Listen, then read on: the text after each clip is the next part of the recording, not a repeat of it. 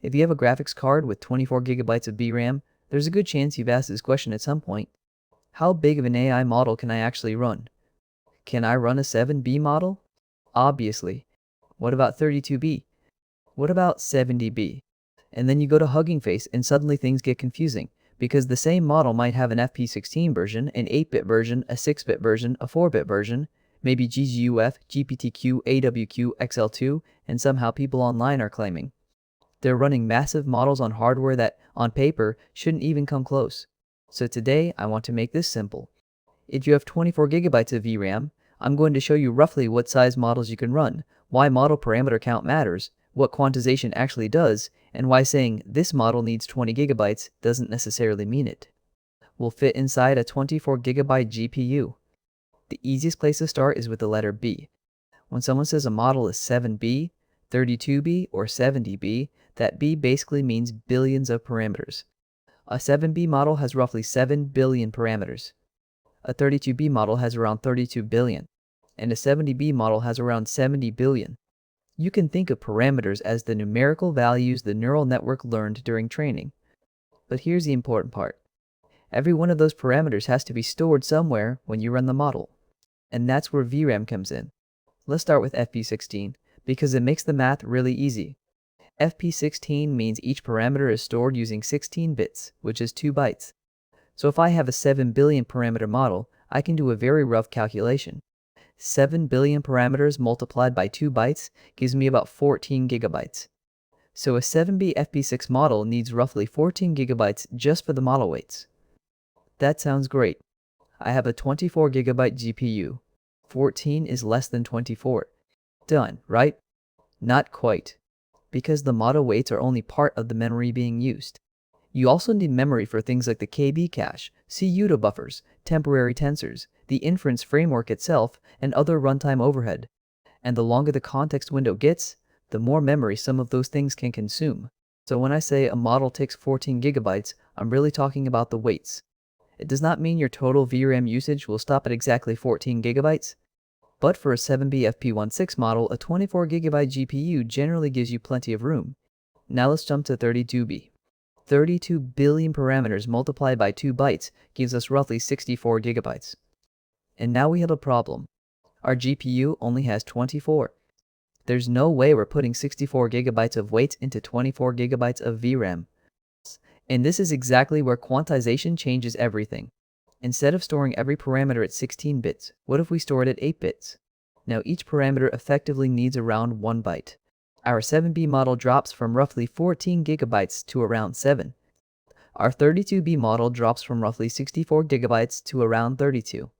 And our 70B model drops from an insane 140 gigabytes down to around 70. Better. But 32B still doesn't fit comfortably inside 24 gigabytes. So we go lower. 4-bit quantization. Now we're using roughly half a byte per parameter. This is where things start getting interesting. A 7B model is now roughly 3.5 gigabytes of raw weight data. A 32B model is roughly 16 gigabytes. And a 70B model is roughly 35 gigabytes. Suddenly that 32B model, which originally needed around 64 gigabytes in FP16, can potentially run completely inside a 24 gigabyte GPU. And this is one of the biggest reasons quantization became so important for local AI. It lets normal consumer hardware run models that would otherwise require workstation or data center GPUs. And if you have something like an RTX 3090, RTX 4090, or another 24 gigabyte card, 4-bit models are often the sweet spot. A 32B class model at 4-bit can usually fit while leaving some VRAM available for the context and runtime overhead. Not unlimited VRAM, obviously, but enough to make it practical. And in many cases, a good 32B model can be dramatically more capable than the smaller models people were running locally just a few years ago. Now this brings us to the number everybody really cares about, 70B. Can you run a 70B model on 24 gigabytes of VRAM? The answer is yes. But also no, and this is where people online often talk past each other. If we're talking about a normal 4-bit 70B model, the weights alone are somewhere around 35 gigabytes, give or take depending on the quantization format. That obviously does not fit completely inside 24 gigabytes of VRAM. So if somebody tells you they're running a 70B 4-bit model on a 24 gigabyte GPU, that doesn't necessarily mean the entire model is inside the GPU. then maybe offloading part of it to system RAM. And this is actually very common. Let's say I have 64 or 128 gigabytes of system memory. I can put some of the model layers inside my GPU VRAM and keep the rest inside regular RAM. Tools based on llama.cpp and similar runtimes can do this. The GPU processes the layers it has in VRAM while other parts of the model live in system memory. So technically, yes, I can run the model. But there is a catch. Speed. VRAM is extremely fast and sits right next to the GPU.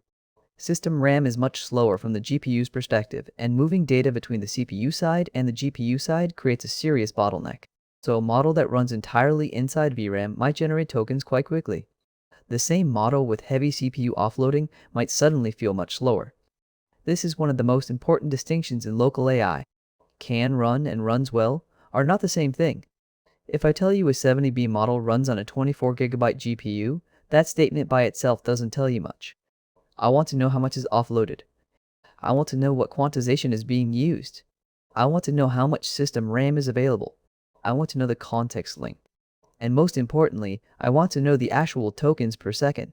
Because if the model technically works, but gives me one token every couple of seconds, that might not be the experience I actually want. There is another option.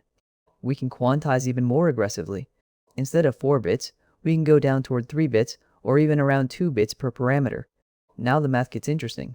At 2 bits, 70 billion parameters would theoretically require somewhere around 17.5 gigabytes for the raw parameter storage. So you might look at that and think, perfect. 17.5 gigabytes. My GPU has 24. 70B solved. But real quantized models aren't quite that simple. There is metadata, scaling information, quantization blocks, and other overhead. And more importantly, extremely aggressive quantization can start hurting model quality.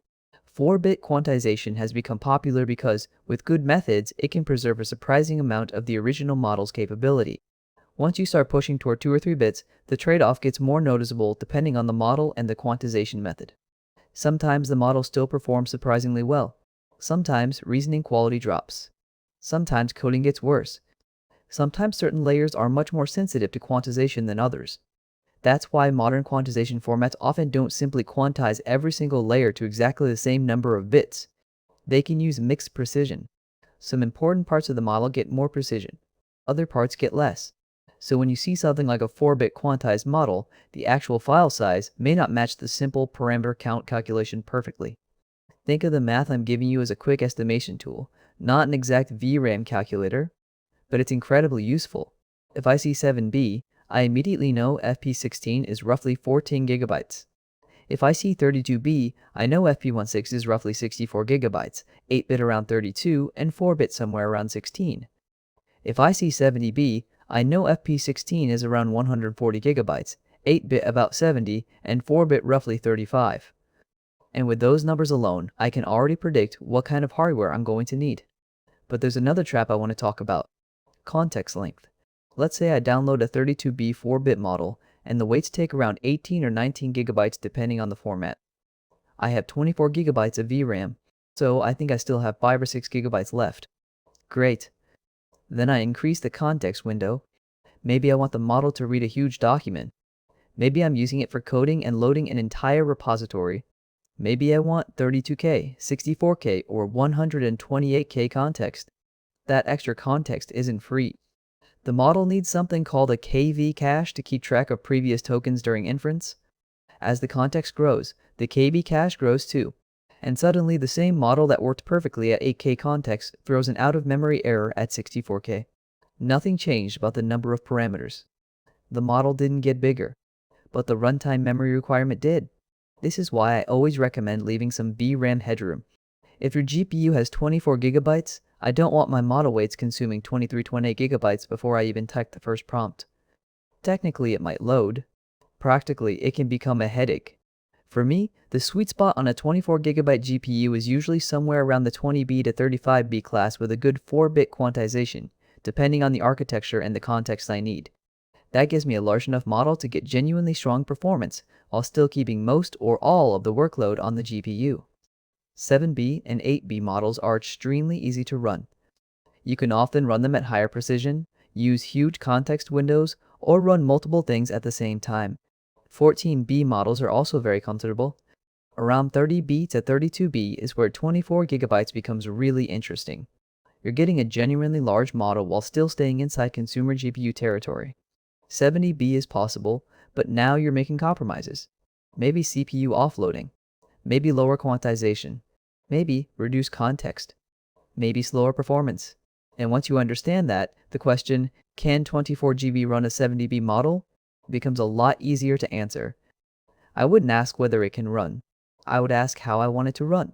If I want maximum model quality and I don't care about speed, I can use system RAM and offload. If I want fast interactive performance, I'd rather use a smaller model that fits entirely in VRAM. And this is something people underestimate all the time. A smaller model running at 20 or 30 tokens per second can often feel much more useful than a huge model running at 2 tokens per second. Especially for coding. Especially for agents. Especially when you're repeatedly testing prompts. Local AI isn't just about squeezing the biggest possible number onto your GPU. It's about finding the best balance between model intelligence, quantization, context length, speed, and memory. So if you remember only one thing from this video, remember this very simple rule. At FP16, every billion parameters needs roughly 2 gigabytes. At 8-bit, roughly 1 gigabyte. At 4-bit, roughly half a gigabyte. Then leave extra VRAM for everything else. That one rule lets you look at almost any model on Hugging Face and immediately estimate whether your GPU has a chance of running it. And it also explains why 24 gigabytes of VRAM is such an interesting amount for local AI. It's enough that you're not limited to tiny models. It's enough to run extremely capable 30B class models entirely on the GPU. And with quantization and offloading, you can even experiment with models far larger than your GPU was ever designed to hold. 24 gigabytes doesn't mean you can run everything. But if you understand how parameters, precision, and quantization work, it can take you much further than that number suggests.